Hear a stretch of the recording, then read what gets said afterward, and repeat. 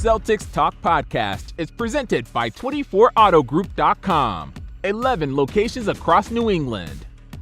What's up, everybody? Welcome into another episode of the Celtics Talk Podcast here on the NBC Sports Boston Podcast Network. Celtics are rolling out west, now 3-0 to start this road trip, but the big one is coming up on Saturday, a finals rematch as the Celtics trek back to the Bay Area to play the Golden State Warriors. Now, Warriors are having a weird season. They had some preseason drama or before the season drama, just kind of like the Celtics did.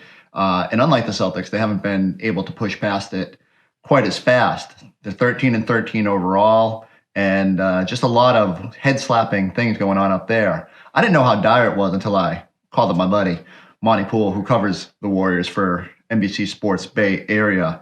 Well, he's going to give us the lowdown. Let me tell you, it's a lot more dire than I thought. Now, all that being said, I think the Golden State Warriors are going to be up for this matchup, especially with the way the Boston Celtics have played the last few weeks. But before we dive into that big rematch on Saturday night, let's get the lowdown on what's going out there. Let's get the 3,000 miles away perspective on what the Celtics are doing with our friend Monte. All right, Monte. We're back. We're back together. It's 5 months ago, hanging out there in the Bay. Doesn't feel that long ago, and yet it's wild how already a quarter of the way through the new season. We are taping this on Wednesday before both the Celtics and Warriors play the final game before Saturday's big showdown. So we're crossing our fingers that nothing crazy happens here. But certainly, just start from the 10,000-foot view.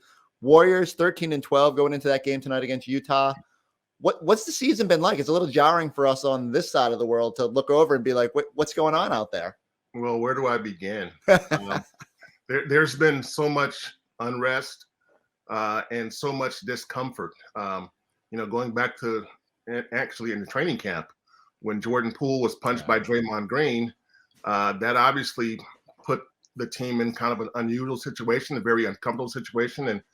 And Steve Kerr called it the biggest crisis that the team has seen since he's been there, and he's been there since 2014. So it was pretty big, and that sort of set a tone for a couple of weeks where you just weren't sure where this was going to head. It happened 13 days before the season started, and so by the time the season rolled around, Draymond was back. He was gone for a week. He was back. There was no official suspension, and we've since talked to Draymond many times, Jordan Poole, and actually on the court at this point, as we get into December, on the court, there's no indication that these two guys have an issue at all. Now, we can't get inside their minds because, that who knows what's going on there.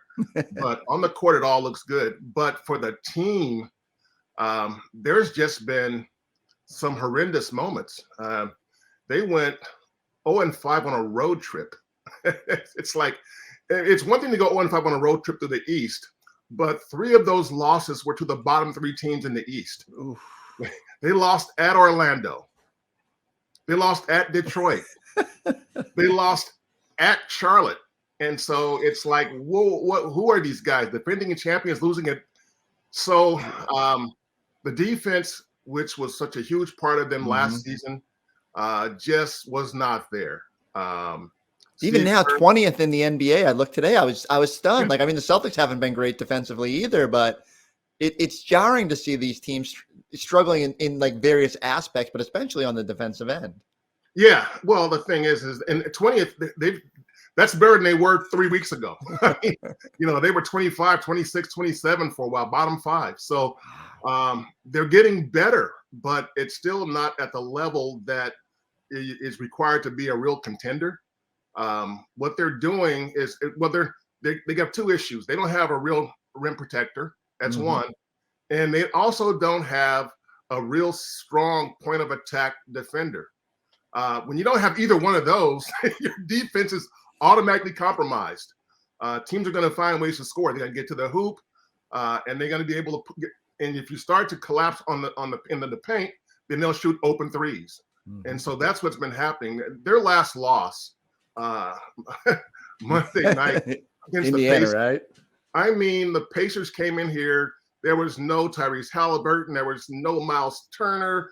There were a bunch of guys that you wouldn't recognize unless you had the media guy, and yet the Warriors could not beat that team. The Warriors led for about maybe 90 seconds of that game total, and from the jump they were outgunned, and it was a lot like last season, which is why Warriors fans are thinking, well, maybe it's just not as bad as it looks, because the Pacers came in last season to Chase Center with missing 4 starters, no Brogdon, no Turner. They had no they were Brogdon, Turner. So at that point, was it Sabonis, or what did they made the trade? Yeah, Brogdon, Turner, Sabonis, and so they didn't win that game. The Pacers came in and won that game in overtime. Yeah. And at the time, everybody's like, how can these guys, while their stars are sitting in street clothes, come into your house and win this game? So it's very similar. And Steve Kerr said it was like almost like a carbon copy, a very similar script. So you wonder, okay, is that a sign that, okay, this team is just not where it needs to be? Yes, it's not where it needs to be. But last season, they managed to find it at the right time.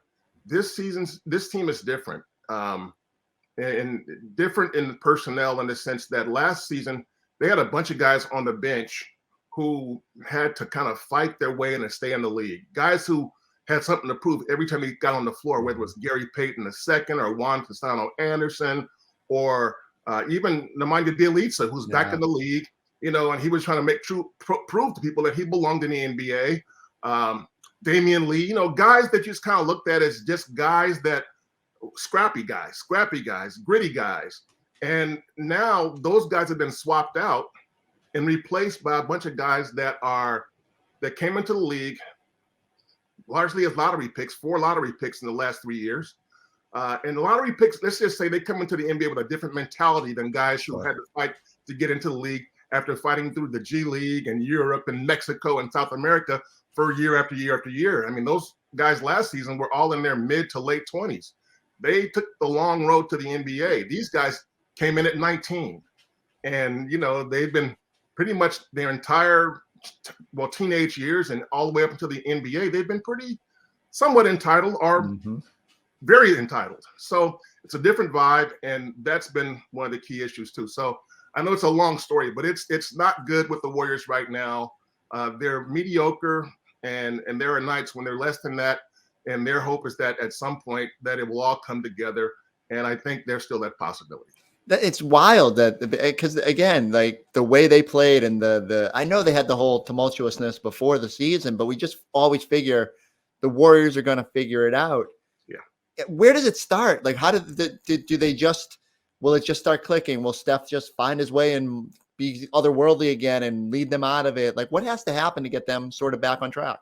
Well, it's funny you mentioned Steph, because for the first month of the season, Steph was Superman. I mean, he was playing incredible basketball. His percentages, his efficiency was career best. Everybody's like, wow, this guy's going to be 35 this season, and he's having his best season. His numbers were comparable to his unanimous MVP season. So he was that good. And the other guys were like, whoa, Steph's carrying us. We need to help him out. Klay Thompson had a pretty rough first month. Didn't shoot the ball well at all. He's only come out of it the last couple of weeks. So he's starting to look like he's back to being Klay Thompson as a shooter. Jordan Poole, obviously that first month was rough on him, and he didn't play. He had maybe 3 games in the first month where you thought, okay, that looks like the guy we saw last year and the guy they signed to the big contract extension. And so he's come around. He's back now. He looks more like himself. But offensively, they do look at times pretty good. Defensively, though, it's still been a major issue. And so many teams have come in to chase, or even on the road, have piled up 35 and 40-point first quarters. When you're playing like that every night, it's really tough to win basketball games when you're giving up that many points and you're playing from behind every night. So until the defense shows up, and I don't know that it will unless they make a move, which everything that I'm hearing, the vibe that I have is that's very possible. Even though they hate to make midseason moves, it's very possible. Wow. So I mean, what would a trade look like? Are we talking Wiseman? Like what would they have to move to sort of beef up that defense? Yeah. Yeah. Well, Wiseman, just spent 3 weeks in the G League. Yeah. And this is a guy who was number 2 overall pick a couple of years ago. And the problem that the Warriors have with Wiseman is this. their centers traditionally have been guys that did the dirty work. Guys that set screens, guys that grabbed rebounds, guys that protected the rim, guys that defended. I mean, going back to Andrew Bogut, guys that was their job. And Wiseman's skill set is the opposite. His best skills have to do with scoring.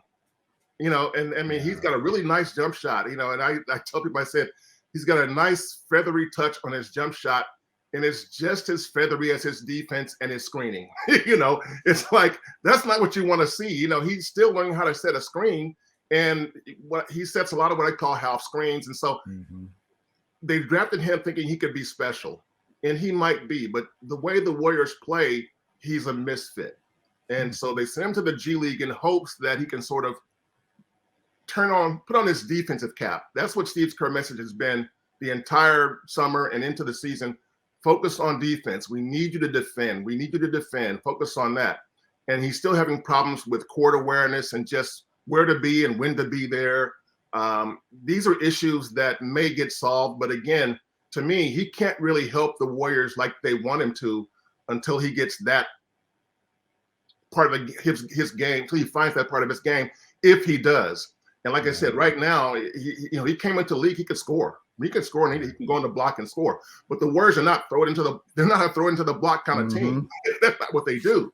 So that's why he may be a better fit. Well, he would be a better fit for a dozen other NBA teams because he can get you buckets in the paint. Yeah, but, I'll be fascinated. It's a nice trade chip that they've had sort of in their pocket, or whether it was going to be developed or seeking out another impact player. It's just so weird to me that the Warriors need a trade to sort of find themselves, and that that was not the team I saw 5 months ago.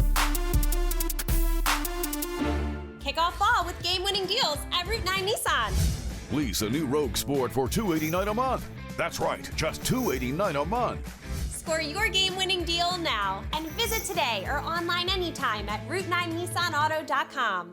We're kicking off fall with big savings at State Line Subaru. Like a new Subaru Crosstrek. Drive home for just $299 a month. That's right, only $299. Score big savings today. State Line Subaru, a driver's best friend. Will Boston come into town? Will that energize them at all? Will there be any extra hype in that game, playing a team that they saw on a championship stage? Yeah, there will be. I mean, I don't know what the team how the team will react to that, but the fan base for sure. Yeah, I mean, and it is for the Warriors. It is a measurement game because this is the kind of game where if you lose to Indiana, to a bunch of Indiana Pacers that you don't even know, that's one thing. You can say, maybe they didn't get up for, maybe they weren't mentally and emotionally prepared or whatever. It's a Celtic coming into your house on a national TV game. Okay. If you can't handle that one, then you got real issues. And I don't mean win. I mean show up. Show up and play defense like you mean it. And there have been very few segments of games when the Warriors did that. And if they can't do that against the Celtics on their home court, then I think the issues that they have go to another level, because you're now thinking maybe a trade, because they're not going to trade for a superstar. They're going to get a trade for a guy who can help them primarily defensively, just be a solid fundamental defender and have some muscle, some size. And so that guy is not going to come in and change the world. He's going to come in and be able to fit in with the way they play, and that will help them. But if they can't emotionally get ready for the Celtics, then they have another problem that they need to deal with. I don't know how much you've been able to get on League Pass and watch these Celtics. It's funny to hear you talk, because the Celtics, they had the same sort of tumultuous end to their essentially the ramp to training camp, and the Ime situation, Robert Williams having to go for surgery, Danilo Gallinari having to go for surgery, and just the opposite. While their defense hasn't been very good, their offense has been otherworldly. And here we look up, they're 20-5 heading into tonight's game against West leading Phoenix. And I mean, from someone who saw them up close, I mean, it's probably not a surprise to see them doing good, but given the calamity that went on with them, are you surprised at all to see them thriving the way they have? Yeah, I mean, I still thought they would be top four, But my God, they have been really, really good. It's pretty clear to me that Tatum has taken another leap. Mm-hmm. He's been tremendous, and Jaylen Brown, same. He's playing both. He's those two guys and Marcus Smart. That's your core. They have a 3-person core just like the Warriors, except for the Celtics core is 5 and 6 and 7 years younger. But they kept this thing together. From the outside looking in, it looks like between the new coach Mazzulla, and that core, it seems like those guys have kind of kept it together and kept whatever Ime got going, kept it rolling. And to me, it looks like they're just committed to each other. They look like a team that's more together even than they were last year, certainly a year ago before they went on their postseason, their late season run. Yeah.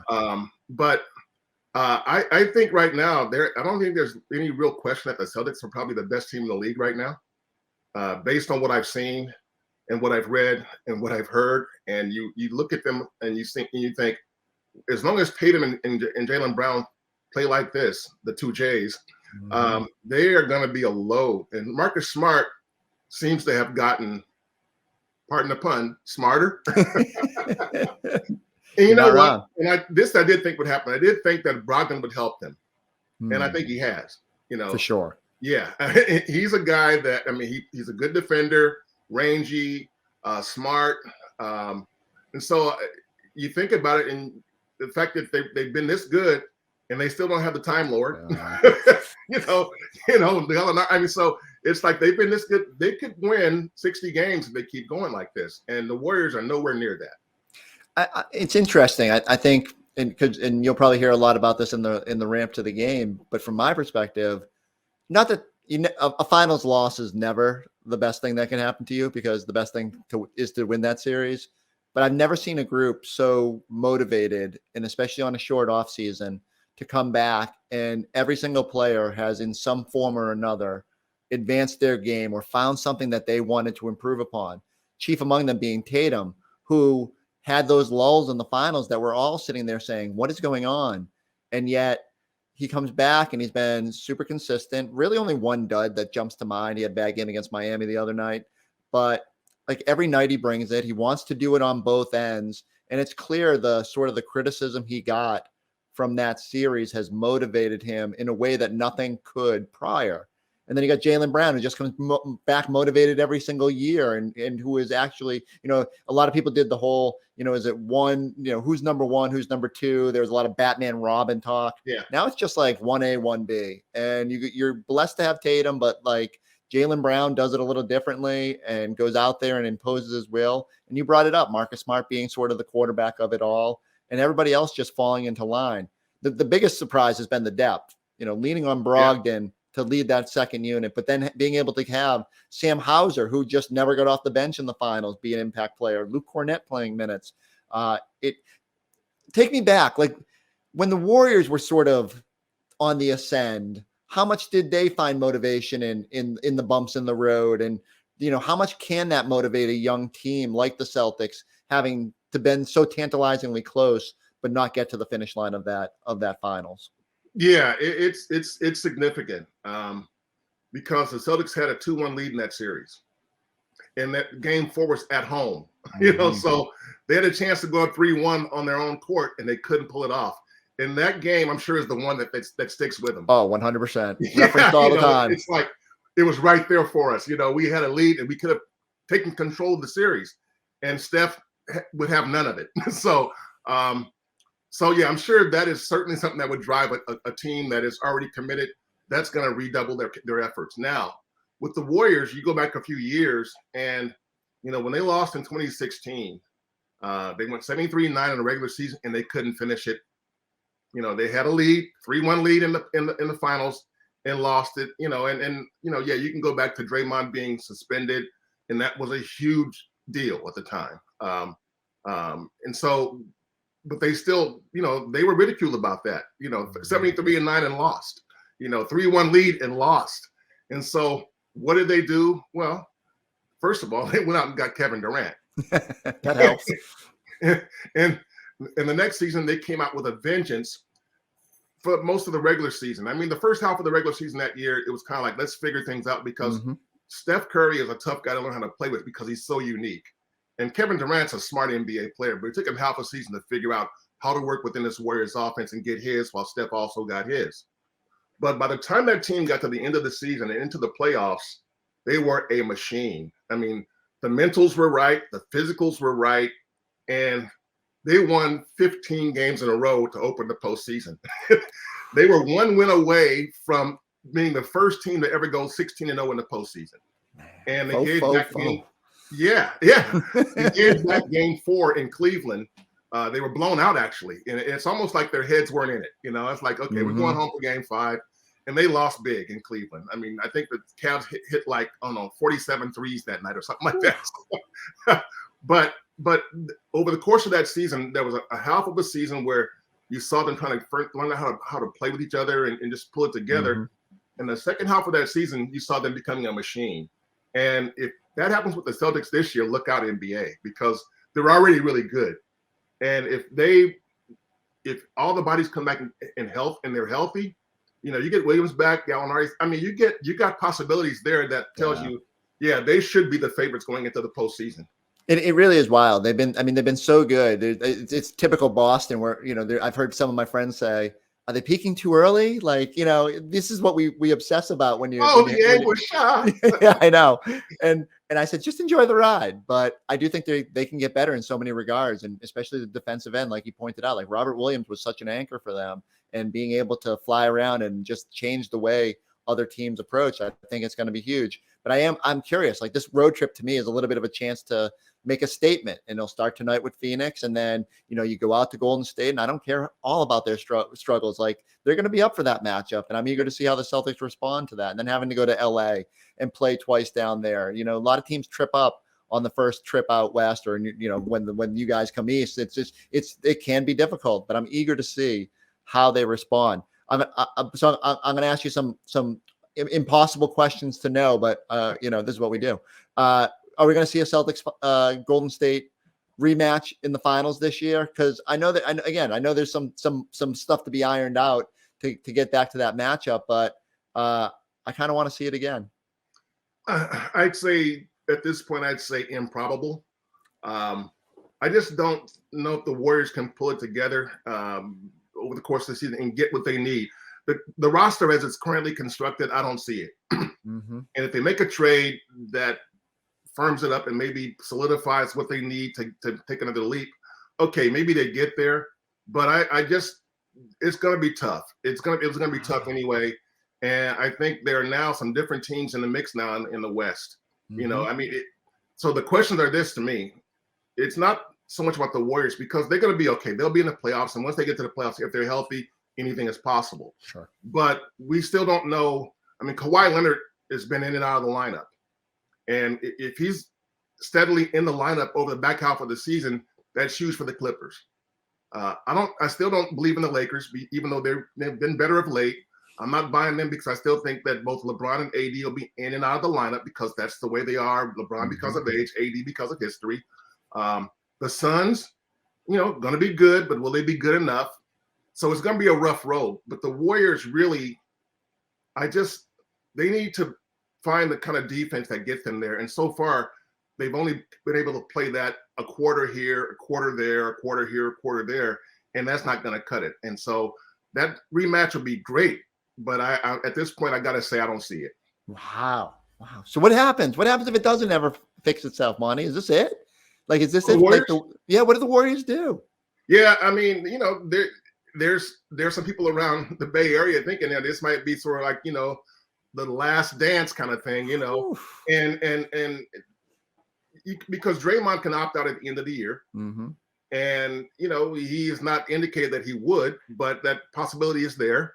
And so you begin, and the Warriors are committed to turning it over to the young guys. When you draft 5 teenagers in 3 years, it's like, that's a lot to think about. You got 5 guys that came into the league at 19 and now, so you're thinking, okay, we're set for the future. No, you're set for the future. Maybe if 2 of those guys become stars, and right now, not one of those 5 guys is a star. The two rookies hardly ever play at all. Kuminga and Moody, who've been around, this is their second year. Kuminga's showing flashes of being good. Moody is okay at times and, better than that at other times. And Wiseman, who it's his third year on the calendar, but he missed an entire year last year. So actually Moody and Kuminga have more experience than Wiseman does in the NBA. So it's really tough to try and judge where this is going to go. But right now, the five youngsters aren't giving them a whole lot to work with. And that's what they committed to at the beginning of the season. And that's why, again, they're having so many issues just trying to get anything going with any consistency. But it could be. I mean, this could be the last year we see them as a championship threat. But I mean, honestly, right now, as we sit here on December 7th, I can't even bring myself to say they are a legitimate championship threat right now. Whew. Monty, bringing the heat. Like I didn't know things were this dire. 13-12. They're gonna go all the way. 13-12. Watch them. They're gonna win 75 in a row. No. Let me give you one cautionary tale. So Yes. the Celtics were 18-21 on January 12th last year, and I was losing my mind and wondering if this team needed the tank and what was going on. And I never went as far as to say that they need to split up Jason and Jalen, but some of the people in our network did. Kendrick Perkins, and I love Perk, but sometimes we get a little too focused in the moment, and certainly felt like something needed to happen then. But the Celtics did, to their credit, figure it out, and they don't have the experience, the sort of institutional knowledge that the Warriors do. I can't sit here and tell you that I think the Warriors are just going to fade into oblivion. I am still terrified by the talent they have. I'm eager to see it on Saturday night. I'm telling you, one good win against a team like Boston. We'll see if that's enough to ignite them if it tips that way. But I will be very interested to see where this goes, Monty. Yeah, no, I agree with you there. I mean, I'm not counting them out in the long run, but as they are built right now, I don't see it. But you're right. I think if they come out against Boston and play a strong game, if they win, yeah, that's great too for them. But if they play a strong game where they actually play defense, where you can see the defensive intensity, as the coaches like to say, make them feel you, if they can make the Celtics feel them, it'll look like, okay, this a throwback to last season where they're actually playing some spirited defense. And there just hasn't been enough of that for me to say they're serious right now as far as being a contender. But if they beat Boston and they're able to do that, then we'll see if that becomes some sort of a turning point, because it's still early and they have almost a 2-week road trip following beginning next week. And so it's all back. Challenges keep coming. Yeah. And so we say from the Boston game through Christmas, they've got about 7 games where you go, okay, these are tentpole games. Let's see what they're going to do with these games. And Boston is the first one. So I'm looking forward to it. I think it'll be fun to watch. I hope it's a good game. I think it will be. All right. Well, I'm jumping on the plane tomorrow. I'll see you out there on Saturday night. Monty, thank you so much for your time. You got it, brother. Man, end of an era? Monty sounds pretty dire about these about what's going on in Golden State. I will say, as I kind of cautioned him, I remember a Celtics team that was 18-21 and floundering. We ran a graphic last night about where the Celtics were a year ago today, and it wasn't a good spot, but they figured it out. They got their offense cooking. They got the defense back to being the number one defense in the league, and took flight from there. So I know it's probably, when you're covering a team like that, it can be difficult, but I have a suspicion that at the end of the day, especially in a wide open Western Conference, that the Warriors will be right there when it comes to the finish line of the season. All right, we got you covered on Saturday night. Come hang out with us pregame, halftime, postgame. We'll be back with the postgame pod to wrap up however it goes down in Golden State. 2 more games at the start of next week. This season is rumbling, and so are these Celtics. We'll catch you next time on the Celtics Talk Podcast.